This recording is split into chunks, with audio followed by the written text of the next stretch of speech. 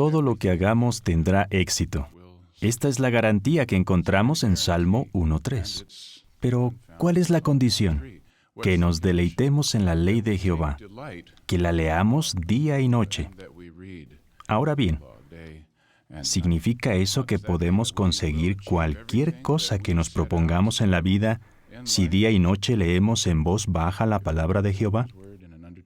Bueno, depende de qué nos propongamos. Este versículo no promete que triunfaremos en cualquier proyecto seglar que emprendamos, pero sí promete que tendremos éxito al hacer la voluntad de Dios. ¿Y qué logro es más importante y valioso que hacer la voluntad de Dios?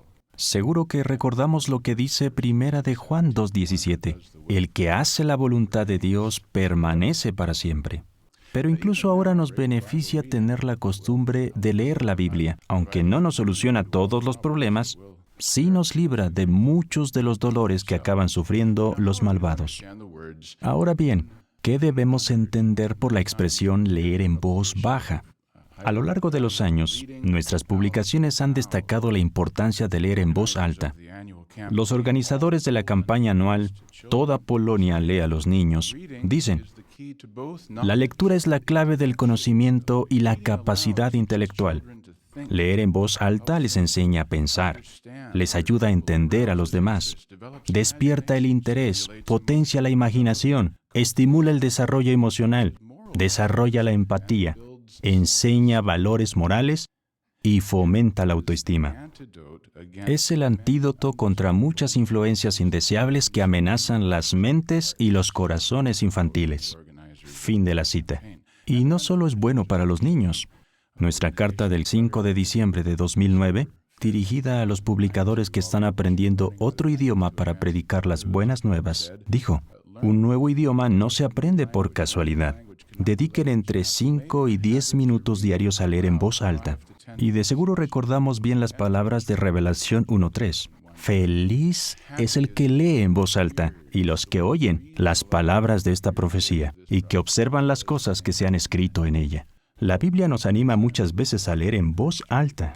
Sin embargo, el artículo de La Atalaya del que se extrae el comentario de hoy explica que no es que estemos obligados a pronunciar las palabras en voz baja. En realidad, no se nos manda leer siempre de forma audible. En algunos casos, eso sería complicado. Por ejemplo, tendríamos un problema si quisiéramos dormir un poco, pero nuestro compañero de habitación entendiera que para obedecer este mandato, tiene que leer en voz baja día y noche. Y hay muchas otras situaciones en las que también pensaríamos que es mejor leer en silencio, aunque despacio, para poder meditar y captar bien el significado.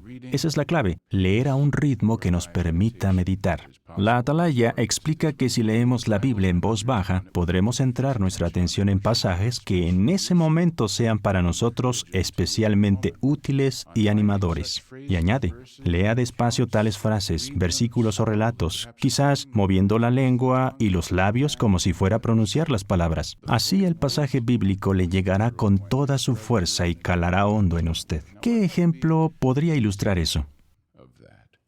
Busquemos en nuestras Biblias Marcos, capítulo 3. Un hermano que enfermó de repente describe cómo le conmovió leer el libro de Marcos mientras estuvo hospitalizado. Anteriormente, este hermano ya había leído muchas veces el relato de la mujer que padeció flujo de sangre durante 12 años y había meditado en él. Pero cuando estaba enfermo, el pasaje le afectó de forma totalmente diferente. ¿Qué ocurrió? Él explica que el contexto le hizo darse cuenta de algo. Veamos lo que dice Marcos, capítulo 3, versículo 10. Porque curó a muchos, y el resultado fue que todos los que tenían dolencias penosas caían sobre él para tocarlo. Así que, enseguida que Jesús inició su predicación, muchos oyeron que curaba a la gente.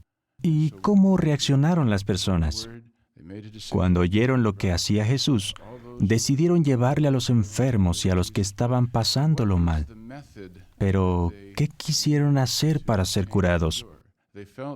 Sintieron la necesidad de tocar personalmente a Jesús. Pero fíjense en lo que dice la nota en la edición en inglés. Si están usando la aplicación JW Library, pueden simplemente tocar la letra F y verán que aparecen 3 textos bíblicos. Si tienen la Biblia en papel, pueden ver que la letra A los remite a estos textos, que no están muy lejos. Verán que uno de ellos es Marcos 5, 25 al 29, donde leemos: Ahora bien, había una mujer que padecía flujo de sangre desde hacía 12 años, y muchos médicos le habían hecho pasar muchas penas, y ella había gastado todos sus recursos y no se había beneficiado, sino que, al contrario, había empeorado. Cuando ella oyó las cosas acerca de Jesús, como vemos, ella tuvo fe por los informes que oyó, vino por detrás, entre la muchedumbre, y le tocó la prenda de vestir exterior, porque decía: si toco nada más que sus prendas de vestir exteriores, recobraré la salud. E inmediatamente se secó la fuente de su sangre y sintió en su cuerpo que había sido sanada de la penosa enfermedad. Por otra parte, la primera referencia que aparece en la nota que hay para Marcos 3:10 es Mateo 9:20. Este texto indica que ella no pudo tocar su prenda de vestir, sino solo el fleco de su vestidura. El hermano había leído muchas veces este relato y lo recordaba bien. Sin embargo, antes no se encontraba gravemente enfermo como ahora. De manera que siguió leyó hasta el capítulo 6, y entonces leyó el último versículo del capítulo, que, curiosamente, es la tercera referencia de la nota para Marcos 3:10. Se trata de Marcos 6:56. Dice: y donde quiera que entraba, en aldeas o en ciudades o en región rural, las personas ponían a los enfermos en las plazas de mercado y les suplicaban que les dejara tocar siquiera el fleco de su prenda de vestir exterior. Y cuantos sí lo tocaban, recobraban la salud. La pregunta que surge es: ¿de dónde sacaron esa idea? Al principio, según Marcos capítulo 3, versículo 10, la gente creía que tenía que tocar a Jesús. Pero ahora, la opinión general es que basta con tocar los flecos de su prenda de vestir.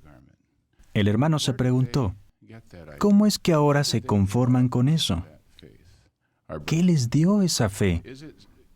¿Pudiera ser que el ejemplo de esa fiel mujer que estaba enferma tuviera un impacto en la manera de pensar de aquellas personas?